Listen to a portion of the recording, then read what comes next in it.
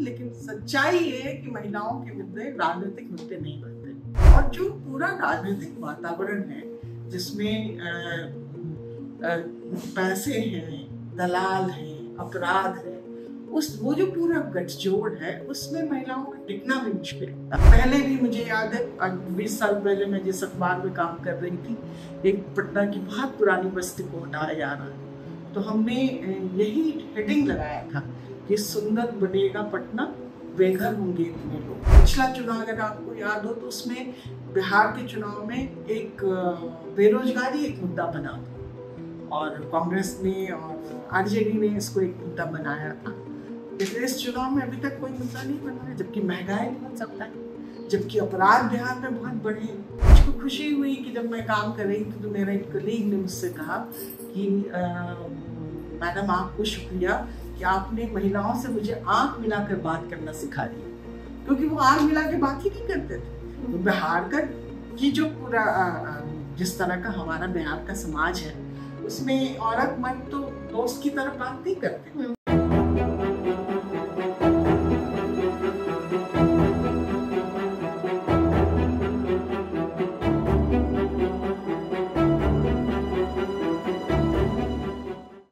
नमस्कार, मैं हूँ मीरा देवी और आप देख रहे हैं खबर लहरिया का राजनीति शो मुद्दे की बात खबर लहरिया के साथ। बिहार चुनाव की गाड़ी फिर पटरी पर है। नारों से ज्यादा सवाल गूंज रहे हैं और वोटर अब वादे नहीं हिसाब मांग रहा है। ऐसे वक्त में हमारे साथ एक ऐसी आवाज है जो चुनावी पिच पर ना किसी खेमे की खिलाड़ी हैं ना तमाशबीन। ये वो नाम है जिन्होंने सत्ता से सवाल पूछना सीखा नहीं, जिया है। मुजफ्फरपुर शेल्टर होम कांड हो या मीडिया की चुप्पी के खिलाफ लड़ाई, इन्होंने कलम से वो काम किया जो वाकई नेता माइक से नहीं कर पाए। बेबाक हैं, निर्भीक हैं और सबसे जरूरी कि बिहार की जमीन की सच्ची नुमाइंदा हैं। चलिए स्वागत कीजिए पत्रकार, सामाजिक कार्यकर्ता और कवयित्री निवेदिता झा का। काफ़ी आपने पत्रकारिता करी और राजनीति में, तो मुझे थोड़ा सा मतलब एक सवाल है कि पत्रकारिता राजनीति है या राजनीति पत्रकारिता है, या दोनों का कोई मेल जोल इनका है नहीं है? दोनों है, पत्रकारिता राजनीति और राजनीति पत्रकारिता है। अगर आप पत्रकार हैं या आप किसी भी फील्ड में हैं, मुझे लगता है कि राजनीति आपके जीवन का अहम हिस्सा है। बिना राजनीति के आप नहीं रह सकते, है ना। वो पर्सनल इज अ पॉलिटिकल, एक बहुत पुराना जुमला है जो स्त्रीवादी कहती है, पर्सनल इज पॉलिटिकल। तो बिना पॉलिटिक्स के तो दुनिया में कुछ नहीं होता। अगर हम चावल भी खरीद के कहीं ला रहे हैं तो उसमें भी पॉलिटिक्स है कि ये चावल कहाँ आया, उसमें किसानों की कितनी भूमिका है, उसमें वो किसकी ज़मीन थी, वो कट के कितना आया, व्यापार कितना हुआ, किसानों के हाथ में कितना गया। तो ये पूरी राजनीति, इसलिए राजनीति तो दोनों तरफ से है। ये तो है ही, मुझे लगता है हर मुद्दे में राजनीति होती है। तो आप राजनीति में एक चेहरा बनना चाहते हैं? देखिए, राजनीति में तो हम हैं। हमने पत्रकारिता मतलब नौकरी जब छोड़ी, मैंने तय किया कि क्योंकि पत्रकारिता का जो दौर आया उस दौर में मुझे लगा कि मुझसे पत्रकारिता नहीं होगी या लोग मुझे रखेंगे नहीं। मैं जिस तरह की पत्रकारिता करती थी वो सत्ता के विरोध में, पत्रकारिता दरअसल सत्ता के विरोध में।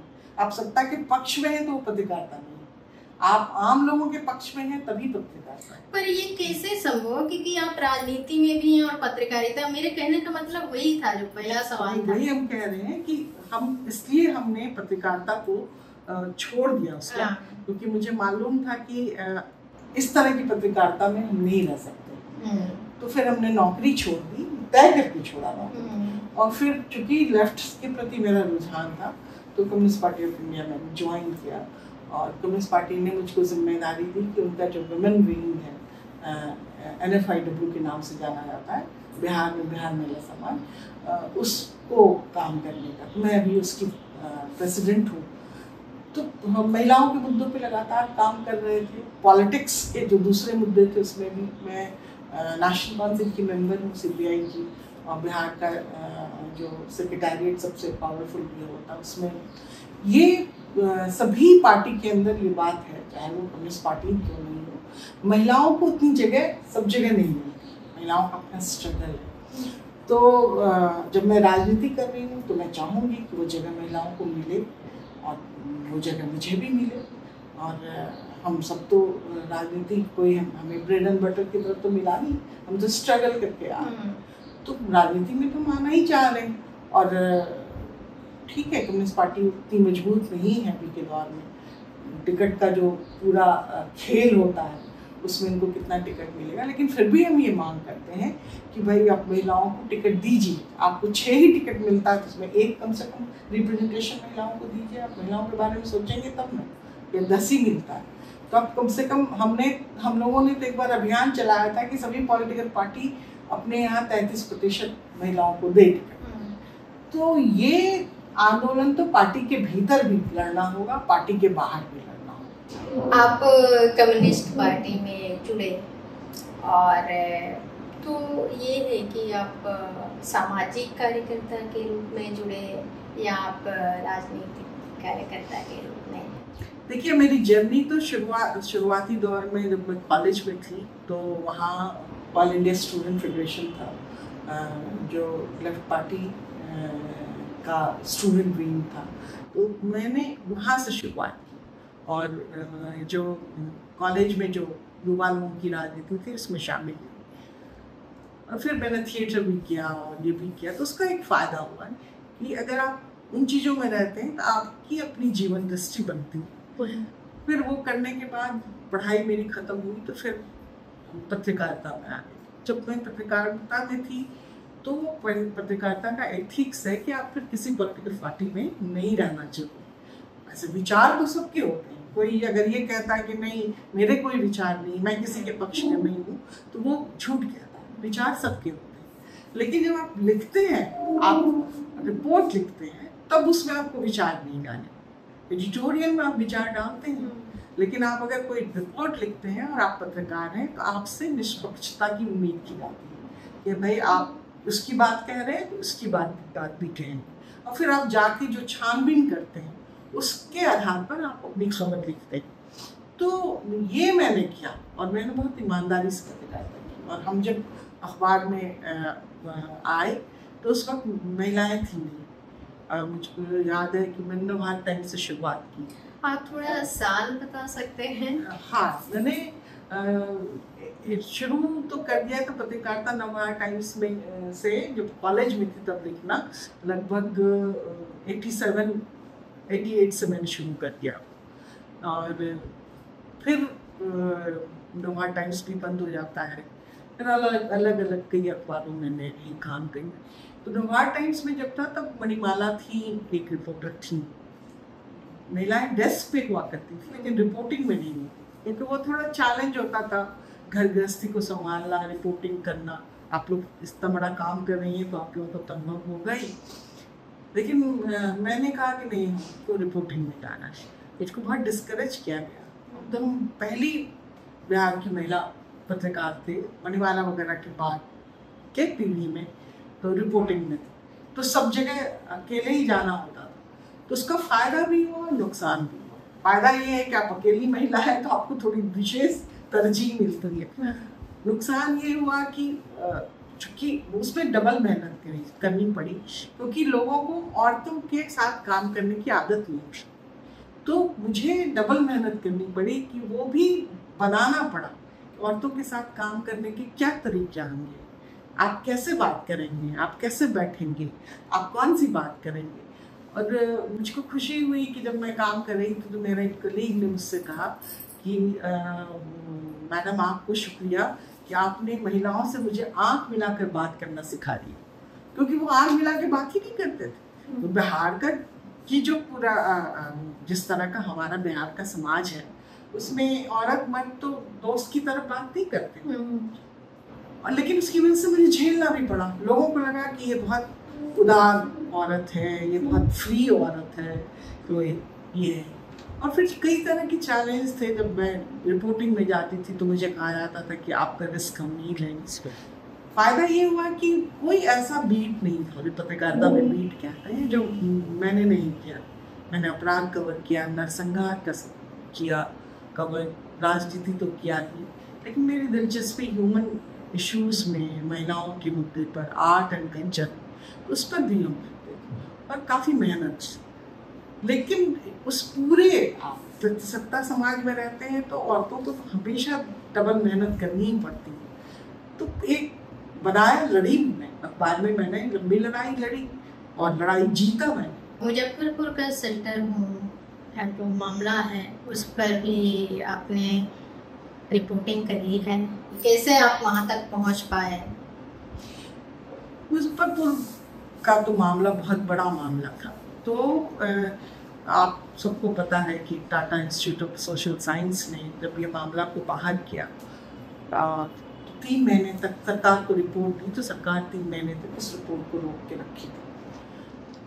तो ये रिपोर्ट बाहर आई तो लोकल अखबारों ने मैंने पहले नहीं उजागर किया, लोकल अखबार के कुछ रिपोर्टर ने इस खबर को दिया और जब ये खबर आई तो तहलका मच गया। फिर तो खबरें, फिर हमने भी लिखा, तहकीकात करके लिखा। तो जब ये बात आने लगी, सीबीआई को ये मामला दिया गया, महिलाओं का एक ज़बरदस्त आंदोलन भी हुआ। सीबीआई को जब मामला दिया गया तो नीतीश सरकार ने पटना हाईकोर्ट को ये अपील किया, सीबीआई ने अपील किया कि भाई कोई भी खबर जो है वो सीबीआई के थ्रू जाए। तो ये तो ब्लैंकेट बैन था, पत्रकारों की जो आज़ादी है उस पर आप बंदिश लगा रहे थे। और तो मुझे लगा कि उस वक्त तक मैंने पत्रकारिता मतलब नौकरी छोड़ दी थी, फ्रीलांस कर रही थी वैसे। तो मुझे लगा कि कोई बड़ा संस्थान जो है वो इस मुद्दे को उठाएगा, लेकिन जब कोई नहीं उठाया तो मुझको लगा कि इस मुद्दे को उठाना चाहिए। और तो मैं सुप्रीम कोर्ट में गई और हमारी वकील सोफिया हैं, उन्होंने फिर सुप्रीम कोर्ट में मामला दायर किया। और ये अच्छी बात हुई कि सुप्रीम कोर्ट ने हमारे हक में फैसला दिया और कहा कि पटना हाईकोर्ट के फैसले को सुप्रीम कोर्ट ने पलट दिया। तो ये बड़ी जीत हुई। लेकिन इस पूरी लड़ाई को लड़ने के लिए मुझे लगा कि सीबीआई जिस तरह से काम कर रही है उसमें जो बच्चियों के साथ जो कुछ हुआ उसको वो केंद्र में नहीं ला रही, तो फिर तो वो मामला बाहर आएगा ही नहीं। फिर मैंने दोबारा 4 पिटीशन मैंने डाले और चारों पिटीशन के बदौलत महिला आंदोलन भी हुए, बहुत बड़ी वजह थी। लेकिन अगर ये पिटीशन नहीं डलता तो उन अपराधियों को सज़ा नहीं मिलती। मेरे पिटीशन की बदौलत उन अपराधियों को सज़ा मिली, तो 17 लोगों को सज़ा मिली। तो ये एक बड़ी घटना है कि कम से कम वहाँ तक पहुँच गए। मुझे उसकी वजह से बहुत तरह की धमकियाँ मिली। मुझे बहुत कहा गया कि कभी भी एक्सीडेंट होता है। हमने कहा ठीक होगा, एक्सीडेंट तो देख लेंगे। लोगों ने कहा, मेरी वकील ने कहा कि ऐसा तो नहीं होगा मैम कि आप पीछे हट जाएंगे। नहीं, तो निश्चिंत हो, पीछे नहीं हटेंगे। तो कोई भी आप आंदोलन करते हैं तो उसके तो अपने रिस्क हैं, लेकिन ये इतनी बड़ी घटना थी कि उसके लिए तो आगे आना ही था। तो मैंने खबर भी लिखा और उस मुद्दे को ना हाईकोर्ट से लेकर सुप्रीम कोर्ट तक की हमने लड़ाई लड़ी। तो अगर महिलाएं राजनीति में आती हैं तो बिहार कैसे दिखेगा? नहीं, महिलाएं तो राजनीति में हैं ही, ऐसा नहीं है कि राजनीति में नहीं है। हाँ, ये है कि मुख्यमंत्री का कोई चेहरा, महिला का चेहरा नहीं दिख रहा। अभी जो लोग भी राजनीति में हैं और अभी बिहार में जो मुख्यमंत्री का चेहरा दिख रहा है, अपोजिशन में भी और सत्ता में भी जो लोग हैं, उसमें कोई महिला नहीं है। लेकिन अगर महिलाएं हों और ज़्यादा तादाद में उनको टिकट मिले तो निश्चित ही बिहार का चेहरा बदलेगा। ये भी कह रहे हैं कि महिलाएं आएंगी तो कोई बहुत ड्रास्टिक चेंज हो जाएगा, क्योंकि कैसी महिला आ रही है, उनके विचार कैसे हैं। अब ऐसी बहुत सारी महिलाएं हैं जो आप देखिए, मुजफ्फरपुर शेल्टर होम की जो मंत्री थी वो महिला ही थी और तब इतनी बड़ी घटना हुई और उनमें इनके पति के संलग्न होने की बात बाहर निकली। तो सिर्फ महिला होने से चीज़ें नहीं बदलेगी। महिलाओं को अपनी दृष्टि बदलनी होगी, जानना होगा, राजनीति जानना होगा और समाज के प्रति कंसर्न जाहिर करना होगा। अगर वो वैसी है जिसका सामाजिक कंसर्न है, जिसको मुद्दों की समझ है, तो वैसी महिलाएं आएंगी तो दुनिया बदलेगी। सबसे बड़ी बात है कि पहले उन्हें मौका मिलेगा तब चीजें बदलेगी। कोई महिला चेहरा है अब तक में कैसे राजनीति में? जैसे कि सबके चेहरे हैं कि चिराग पासवान हो गए, तेजस्वी यादव हो गए, मुकेश सहनी हो गए, तो ऐसे कोई चेहरा है महिला का बिहार में? बिहार में तो राबड़ी देवी के बाद ऐसा कोई चेहरा आया नहीं। राबड़ी देवी जब बनी थी तो काफ़ी हंगामा हुआ था। मुझे याद है मैं जब पत्रकारिता में थी तो मैंने पहला इंटरव्यू उनका किया था और वो बोल रही थी कि मतलब हम तो कुछ जानते नहीं थे, घरेलू महिला थे और साहब लालू यादव को सहद देते थे कि साहब ने कहा कि राजनीति तुम्ही को करना है। तो हम रो रहे थे और उन्होंने कहा कि मुख्यमंत्री तो तुम्ही को करना। और उस वक्त जब मैं उनका इंटरव्यू कर रही थी तो मुझे बहुत सीधी, घरेलू और ईमानदार औरत लगी। बाद में भी मैंने देखा कि उन्होंने सीखा राजनीति, उनको जब मौका मिला। बहुत सारे लोग उनको बहुत मजाक उड़ाते थे क्योंकि हम लोगों को मौका मिलता था विधानसभा, विधान परिषद में जाने का, तो पुरुषों की टिप्पणियां बड़ी खराब, जबकि सदन में बहुत सारे ऐसे पुरुष भी हैं सत्ता में जिनको कुछ नहीं आता है, जो कोई होमवर्क नहीं करके आते हैं, जो दो लाइन बोल नहीं सकते, लेकिन उनके बारे में उतनी बातचीत नहीं होती।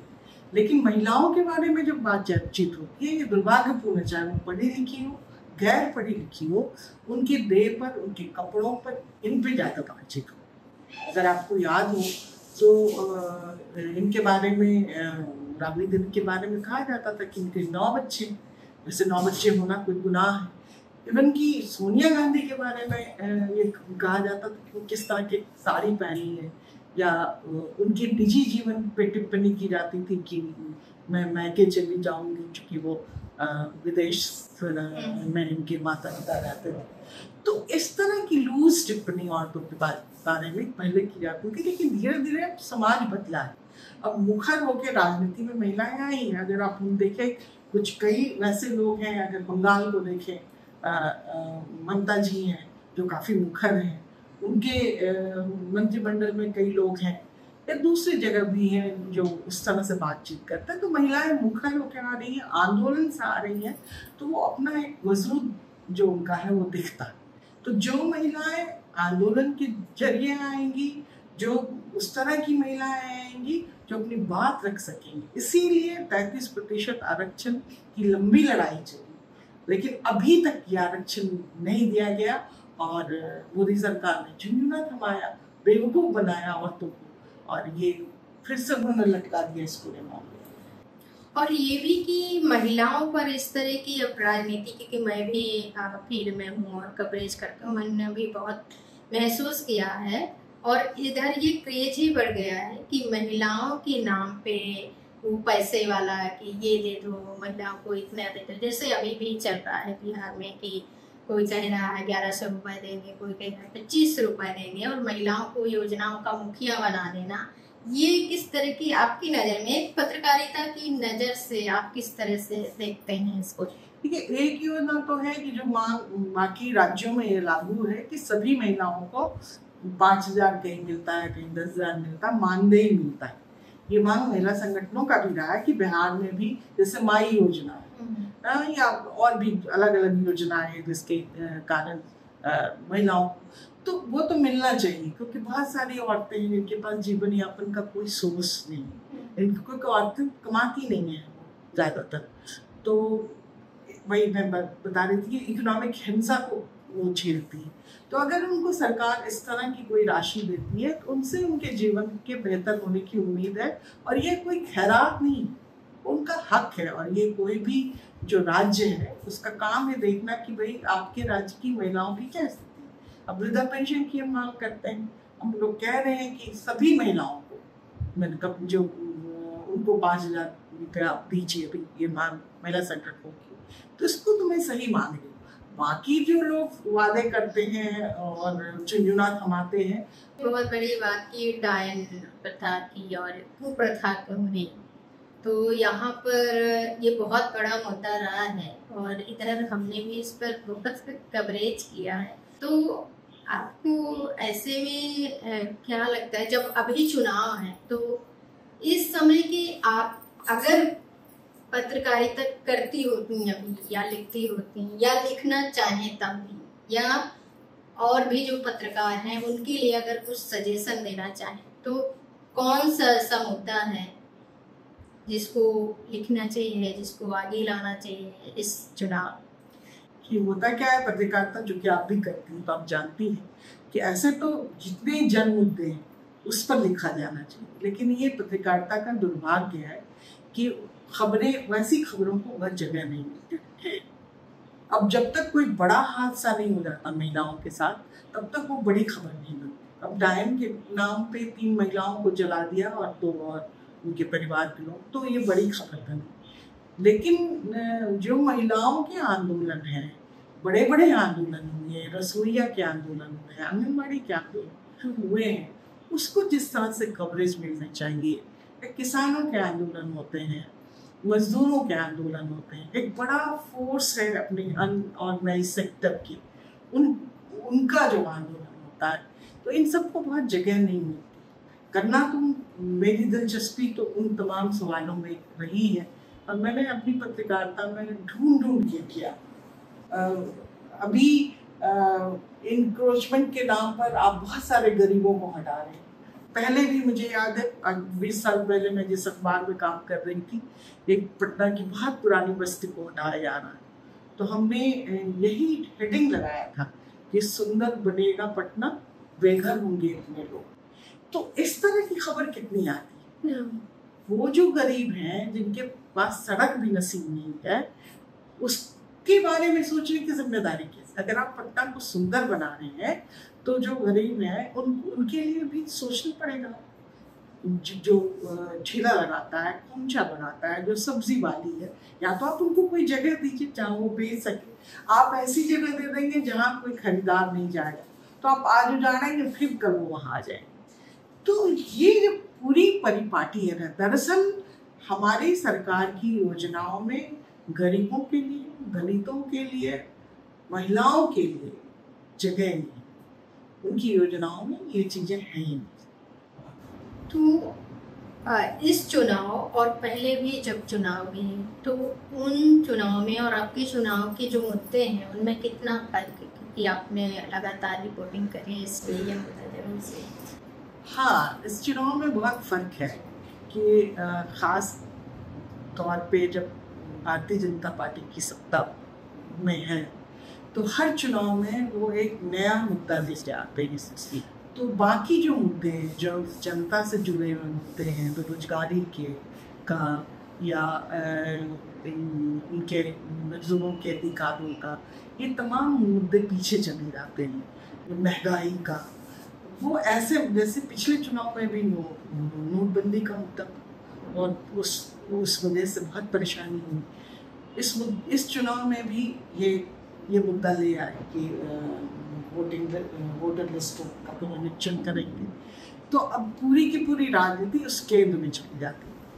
ये दुर्भाग्य है विपक्ष का कि जो मुद्दे वहाँ से आते हैं वो उनके जवाब देने में रह जाते हैं, वो अपने मुद्दे नहीं तय कर पा रहे, और उससे जनता का जो मुद्दा है वो कट जा रहा है। क्योंकि बिहार के अंदर जो बेरोजगारी है वो बड़ी है, जो दिखता नहीं है लोगों को। और जो मजदूर आंदोलन, लंबे समय तक आंदोलन के बाद जो मजदूरों के अधिकार हैं, अब उसमें ऐसे कानून लाए गए हैं जो उनके अधिकारों को काटा जा रहा है। जो इसकी मुद्दा बन सकता था, लेकिन ये मुद्दा नहीं बन पा रहा है।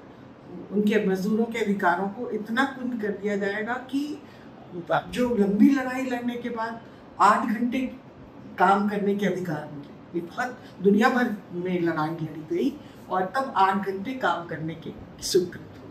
अब आप उनको दे रहे हैं कि आप कितने घंटे काम करेंगे, ये मालिक आपका तय करेगा। तो मालिक तो आपसे 24 घंटे भी काम दे सकता है, तो आपका कोई अधिकार नहीं होगा। जैसे पत्रकारिता में किया, हम लोग जब पत्रकारिता कर रहे थे तो हम लोग परमानेंट स्टाफ थे।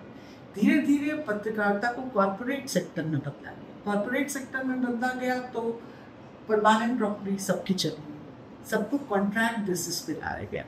और कॉन्ट्रैक्ट में क्या होता है कि आपके गर्दन पे हमेशा तलवार लटकती रहती है कि आपकी नौकरी कभी भी जा सकती है, कि आप मजदूरों के आंदोलन को ख़त्म कर रहे हैं, आपने किसानों के आंदोलन को ख़त्म करने की कोशिश की, लेकिन वो बहुत लंबा आंदोलन चला दिल्ली के अंदर, तो वो एक जीत हुई। अभी जो एक बहुत खतरनाक बात ये मोदी सरकार के इसमें हो रहा है इसमें में, वो ये है कि सूचना के अधिकार के कानून के बारे में आपको मालूम होगा। अब सूचना के अधिकार कानून की लंबी लड़ाई अरुणा रॉय और दूसरे लोगों ने मिलकर लड़ी। एक ऐसा हथियार था कि आप किसी के बारे में जान सकते थे, उससे बहुत सारे भ्रष्टाचार उजागर हुए। अब उस सूचना के अधिकार के कानून को कुंद किया जा रहा। अब ये जो हक था कि कोई भी साधारण आदमी ये सवाल पूछ सकता है कि भाई आपके यहाँ ये इतना खर्च हुआ है, उसका हमको पूरा ग्राफ दीजिए और आपको देना होगा। अब वो कह रहा है कि अगर आप कोई किसी के अखबार पर ये पाबंदी होगी कि अगर अखबार किसी के बारे में ऐसा सूचना लेके लिखता है तो जिसके बारे में लिखता है उसी से उसको परमिशन लेना पड़ेगा। मान लीजिए हमने भ्रष्टाचार किया और हम आपके बारे में लिख रहे हैं और आप ही से हम कहेंगे कि आप हमको परमिशन दो, हम लिखेंगे। तो ये जो बहुत चालाकी और शूर राजनीति है भारतीय जनता पार्टी की, ये आम आदमी के पीठ पर हमला है, पीठ के पीछे चाकू चलाने की बात है। तो ये देखना होगा इस तरह की राजनीति को, और ये राजनीति को बदल दी गई। पहले राजनीति में ये पिछला चुनाव अगर आपको याद हो तो उसमें बिहार के चुनाव में एक बेरोजगारी एक मुद्दा बना था और कांग्रेस ने और आरजेडी ने इसको एक मुद्दा बनाया था। लेकिन इस चुनाव में अभी तक कोई मुद्दा नहीं बना है, जबकि महंगाई बहुत ज़्यादा है, जबकि अपराध बिहार में बहुत बढ़े हैं, लगातार अपराध हो रहे हैं, और जबकि मजदूरों के आंदोलन को ख़त्म किया जा रहा है। रसोइया का एक बड़ा आंदोलन चला और सिर्फ 1000 रुपये रसोइया को दिन भर काम करती औरतें। तो ये मुद्दा ही नहीं बन पा रहा है क्योंकि एक ऐसा मुद्दा ला दिया गया है कि आप इसी मुद्दे के लिए, और वो बहुत बड़ा मुद्दा है, अगर आप वोटर लिस्ट से लाखों लोगों को गायब कर देंगे तो फिर तो आपकी साजिश कामयाब हो जाएगी। महिलाओं के जो मुद्दे हैं जिन पर आपने पहले रिपोर्टिंग करी है, ये कभी चुनावी मुद्दे बनेंगे या बने हैं? क्योंकि आपका एक लंबा समय रहा है रिपोर्टिंग का, इसलिए महिलाओं के मुद्दे आम तौर पे चुनावी मुद्दे बनते नहीं। ये बड़ा दुर्भाग्य है कि जिस देश के अंदर, खास करके बिहार की बात करें और पिछले चुनावों को देखें, तो आप देखेंगे कि वोटिंग परसेंटेज महिलाओं का हमेशा ज़्यादा रहा है।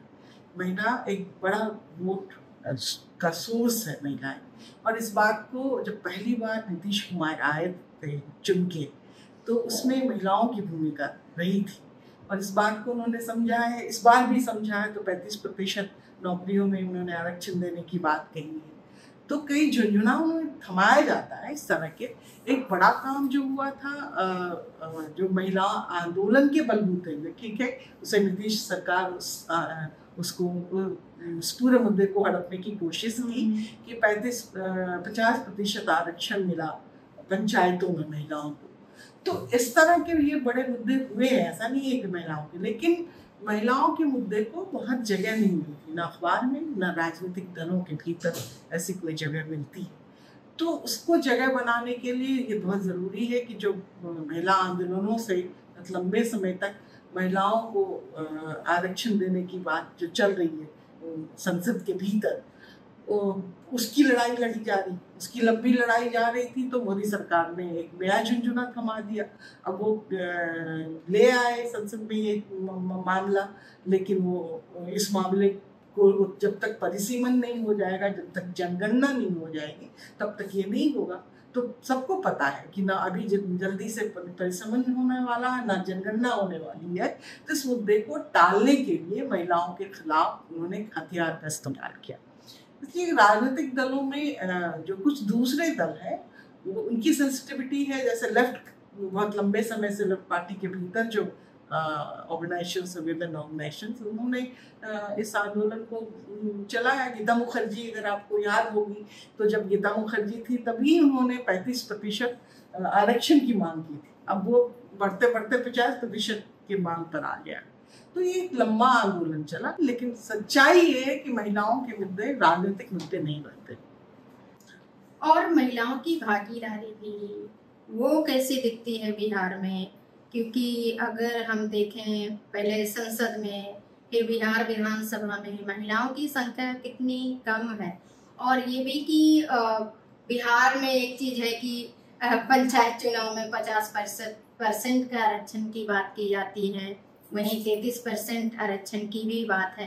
लेकिन बिहार में महिलाओं की भागीदारी, हिस्सेदारी कैसे दिखती है अभी इस टाइम में, जब हम कह रहे हैं हम चांद पर हैं? बहुत सही सवाल किया आपने। मैंने पहले भी कहा कि महिलाएं एक बहुत बड़ा फोर्स जो सत्ता को बदल सकती है, और बदला है महिलाओं ने, बदला है। चुनाव लालू यादव से को हराकर जब नीतीश आए तो उसमें महिलाओं की भूमिका रही, क्योंकि नीतीश ने महिलाओं के लिए कुछ वादे किए, कुछ वादों को पूरा किया। तो ये बहुत बड़ा फोर्स है, ये बात राजनीतिक दल भी जानते, और जब वोट लेने का समय आता है तो वो उनके करीब जाने की कोशिश भी करते हैं। लेकिन राजनीति में जो भागीदारी देनी चाहिए महिलाओं को, वो भागीदारी अभी तक नहीं है। आपने सही कहा कि अभी तक सभी राजनीतिक दलों में देखें या टोटल देखें आप, तो 2%, 3% से ज्यादा महिलाओं की भागीदारी राजनीति में नहीं। बहुत कम महिलाएं चुनी जाती हैं। और जो पूरा राजनीतिक वातावरण है जिसमें पैसे हैं, दलाल हैं, अपराध है, वो जो पूरा गठजोड़ है, उसमें महिलाओं का टिकना भी मुश्किल होता, क्योंकि उस पूरे आजकल तो राजनीति जो है उसमें पैसे की बहुत बड़ी भूमिका हो गई। तो उस भूमिका की वजह से जो आम आदमी पहले जिस तरह से हिस्सा लेता था, आम आदमी भी चुनाव में वैसे कम लोग जिनके पास पैसे नहीं वो भी खड़े हो सकते थे, जीत सकते थे। तो वैसी सूरत में आप महिलाओं के लिए ये बहुत बड़ा चैलेंज है। दूसरा जो प्रतिसत्ता है वो वहाँ भी हमारे संसद के भीतर भी है, सदन के भीतर भी है, तो वो प्रतिसत्ता महिलाओं को आगे नहीं आने देती। वैसी महिलाओं को लाती जो कि जिनके पीछे पुरुष खड़े होकर काम करते हैं। तो ये अच्छी बात आप पंचायत चुनाव से हम लोग देख सकते हैं कि पंचायत चुनाव में चुनी तो गई जो महिला और उनके पति उनके बदले काम करने लगे, लेकिन ग्रेजुअली उन महिलाओं ने भी राजनीति को सीखा। और एक समय ऐसा आया जब उन्होंने कहा कि नहीं, ये मेरी जिम्मेदारी और हम करेंगे। तो उनको जब मौका मिला तो उन्होंने कर दिखाया, और उसके लिए उनको सहना पड़ा। कई बार घर से उनको लोहा लेना पड़ा, और कई बार हत्याएं हुई ऐसी, कई पंचायत में कई महिलाओं की हत्याएं हुई जिन्होंने अपने मन से काम शुरू किया। तो ये स्ट्रगल फेज है और प्रतिसत्ता से लड़ाई है, और जो पैसे, पावर और जो दलालों का गठजोड़ है उसके खिलाफ महिलाओं की ये लंबी लड़ाई है। तो आपका बहुत बहुत धन्यवाद खबर लेनिया के साथ बातचीत करने के लिए, और ये बताने के लिए अपनी पूरी जर्नी कि जब आज मैं देखती हूँ लड़कियों के लिए किस तरह की बंदिशें हैं, पत्रकारिता को लेकर के कितनी बंदिशें हैं, और अगर पत्रकारिता में महिलाएं हैं और अगर वो राजनीति कवर कर रही हैं, अगर वो ऐसे मुद्दे कवर कर रहे हैं जो पुरुषों के माने जाते हैं, उन मुद्दों की अगर महिलाएं कवरेज करती हैं तो कितना चुनौतीपूर्ण है। और आज से करीब 30-40 साल पहले की बात आप कर रहे हैं, 30 साल पहले की बात कर रहे हैं, तो मैं समझ सकती हूँ कि कितना चुनौतीपूर्ण रहा है आज। और इस समय बिहार में चुनाव है और बिहार के मुद्दे पर भी उन्होंने बात करी कि इतने चुनाव उन्होंने कवरेज किए, लेकिन वो जो मुद्दे पुराने थे, पहले के चुनाव के थे, आज के चुनाव के मुद्दे या इस समय के चुनाव के मुद्दे क्यों नहीं बन रहे हैं, इस पर भी उन्होंने बात करी। तो हम उम्मीद करते हैं कि जिन पर उन्होंने इतनी रिपोर्टिंग करी और उन्होंने सजेशन भी दिया आज की पत्रकारिता के लिए कि कौन से मुद्दे कवरेज होने चाहिए, कौन से मुद्दे राजनीतिक पार्टियों को अपने चुनावी मुद्दे में शामिल करना चाहिए?